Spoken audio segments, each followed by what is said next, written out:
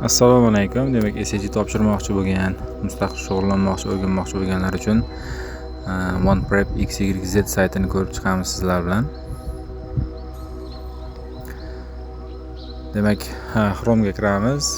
OnePrep XYZ deb yozamiz. OnePrep.xyz.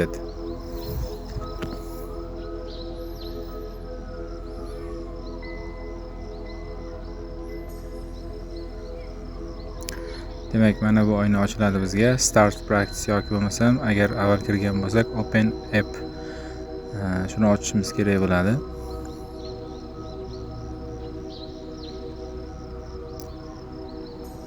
Mana men avval ochganim uchun, demak, tayyor holatda ochildi. Ismlarim bilan qachon kirganim ko'rsatilyapti. Chap tarafga qarasangiz, bu yerda bo'limlar bor. Biz Question Bankda ishlaymiz asosan. Savollarni boshqalarga kirib ko'rsangiz ham juda foydali ma'lumotlari bor.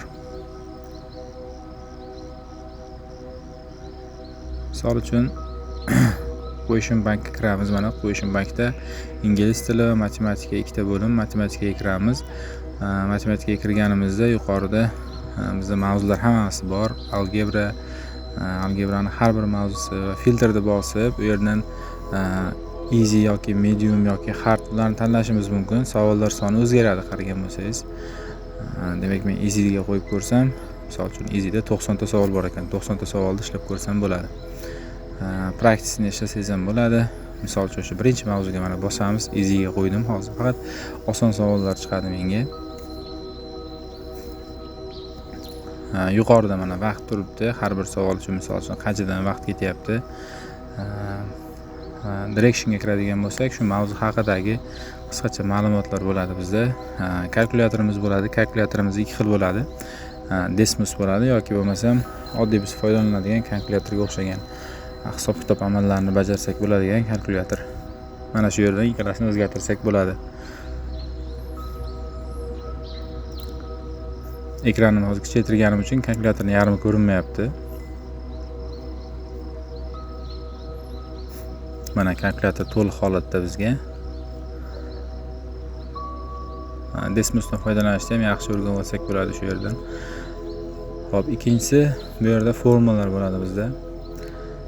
Kalkulyatordan keyingi bo'lim tanlaganimizda bizga kerakli bo'lgan, yodimizdan chiqishi mumkin bo'lgan formulalar bor. Bu yerda full screen bor yoki bo'lmasam tungi rejimga o'tkazish bor.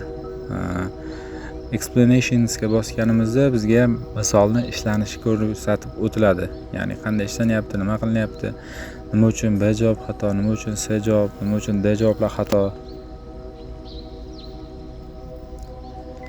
A javobimiz nima uchun to'g'ri. Buni bosib chek qilganimizda bizga tekshirib beradi. Next bilan keyingisiga o'tsak bo'ladi. Previous bilan demak oldingi savolga qaytsak bo'ladi. Mana bu yerda savollar jami ko'rinadi. 590 qo'yilgan joyda. Mana biz 5-savoldamiz. Correct bo'lsa yashil tichka, incorrect bo'lsa qizil bo'ladi. Hop, keyingi savolga o'tsak, mana keyingi savolimiz chiqdi. Birinchisini belgilayman, xato misol uchun. Uchinchisini belgilab ko'raman, xato. Yani oxirgisini belgilab ko'raman, xato. Demak, B javob to'g'ri. Chek qilsak, mana B javob to'g'ri chiqdi. Explainga kirsak, mana explanationga kirsak, bu yerda ko'rsatib o'tilgan bizga misolni qanday ishlashimiz, nima qilinishi kerak. Mana rangi ham boshqacha bo'ldi. Zarg'aldoq rang. Orqaga qaytamiz, go back ni bosamiz. Yana mezga kiramiz. Mana bu yerda biz akkaunt ochganimiz uchun nechta savol ishlaganmiz, qaysi bo'limlar ishlaganmiz, avtomatik o'zi saqlanib qoladi. Endi Question Rush ga kiramiz. Question Rush matematika bo'limiga kiramiz. Misol uchun biz algebrani tanlayman. Barcha mavzular bo'laversin. Yani qiyinlik darajasini bular chiqarib tashlashimiz kerak. Boshqa darajalar bizga kerak emas. Hop, run bosib olibmiz, hozir orqaga qaytamiz. Bu yerda pulli versiya sotib olsak bo'ladi. Bunisi kerak emas bizga. Boshqadan kiramiz. Algebrani tanlaymiz. Hop, mediumni o'chiramiz, hardni o'chiramiz, challenge questionsni ham o'chiramiz. Easy da tanladik. 10 ta savolga qo'yib ko'ramiz. Hop, bu yerda savol turlari qanaqa chiqishi? Standartmi, blitzmi? Standart bo'laversin. Mana savolga ketadigan vaqtimiz ko'rinib turibdi. Demak, nechta ishlaganlarimiz ham ko'rinib turadi yuqorida. O'ng tomonda AI turibdi. Biz so'rasak bo'ladi undan savol qanday ishlanishini. Raqam bilan yozib kiritadiganlarimiz bo'ladi yoki bo'lmasam ABCD ko'rinishda belgilaydigan savollarimiz ham bo'ladi. End sectionni bosadigan bo'lsak, pastki qismidagi demak umumiy tugatadi. Bu 10 ta savolimizni nechta topganmiz shuni ko'rsatadi. Explanation buni qanday ishlanishini ko'rsatadi. Misol uchun mana A javob belgilab ko'rsak, xato, C javob belgilasak to'g'ri, demak keyingisiga o'tib ketdi. Rasmni yaxshi ko'rinmasa, ustiga bossak mana plyuscha ko'rinishda turibdi. Bizga kattatirib ko'rsatadi.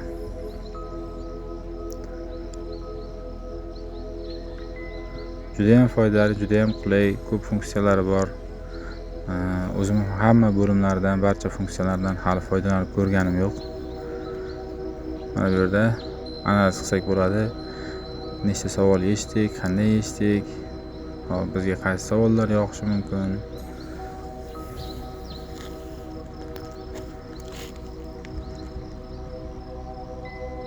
Demak, home ga qaytadigan bo'lsak, mana biz qancha vaqtdan beri shug'ullanyapmiz. Necha kun bo'lganigacha ko'rsatadi.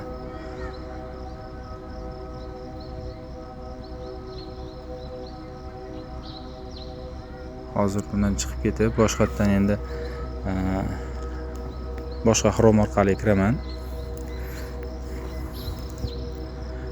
Create account qilish, ya'ni yangi account orqali kirishni ko'rib o'tamiz, qanday kiramiz.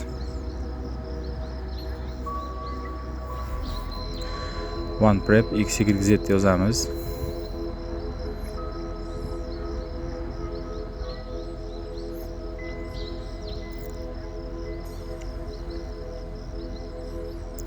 Start practicing. Eng pastdagi shuni bosamiz. Bizga mana Google account bo'yicha kirishni bosamiz. Sign up with Google degan joyiga bossak, nechta Google accountingiz bo'lsa hammasi chiqadi. Menda bitta mana shuni tanladim.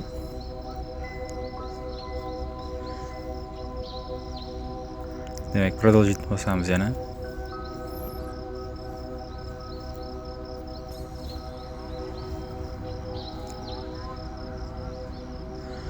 Ana undan keyin endi ketma-ket savollar berishni boshlaydi. Siz kimsiz, nechta o'quvchingiz bor, misol uchun o'qituvchini tanlaydigan bo'lsangiz, SAT topshirmoqchisiz va hokazo shunga o'xshagan savollar. Tez-tez tanlab o'tib ketsak ham bo'laveradi bularni.